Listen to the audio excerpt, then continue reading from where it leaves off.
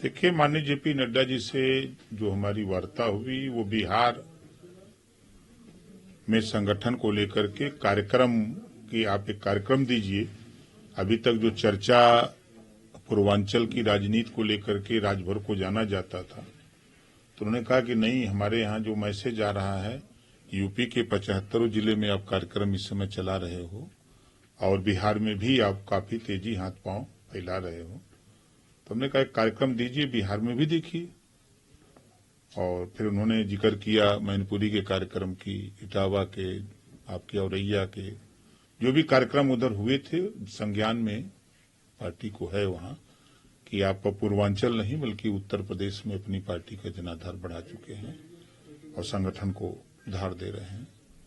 जहां तक मंत्रिमंडल विस्तार के संबंध में भी चर्चा हुई उनसे, उन्होंने कहा कि जल्द ही इस पे निर्णय हम लोग, और माननीय गृह मंत्री जी बाहर थे, अभी 3-4 दिन में आएंगे तो फिर बातचीत करके तय हो जाएगा।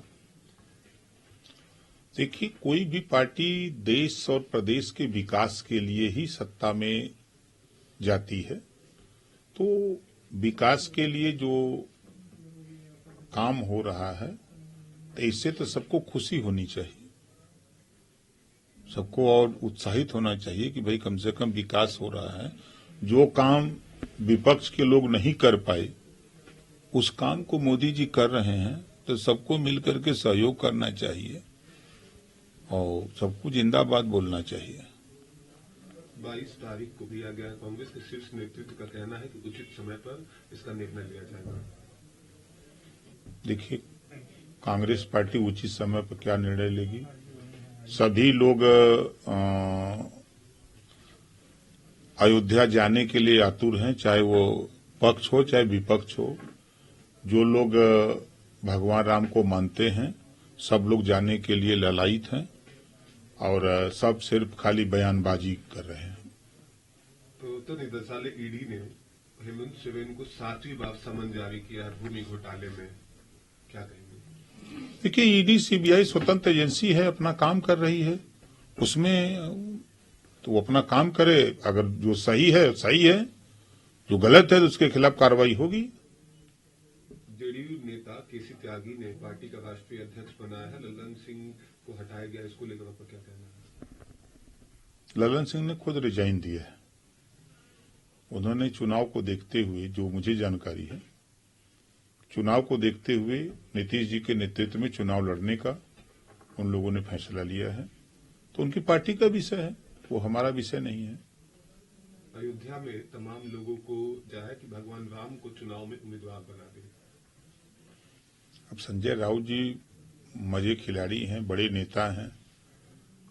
अब उनका जो बयान है तो वो अपने विचार से दे रहे हैं और काम इधर अपने ही विचार से हो रहा है। धनखड़ ने कांग्रेस के अध्यक्ष, माफ करिएगा, आम आदमी पार्टी के आंतरिक नेता नियुक्ति से इनकार कर दिया है, इसको लेकर आपका क्या कहना है? अब देखिए, वहां संवैधानिक जो दिक्कत होगी, अब उसमें जो बाध्यता है वो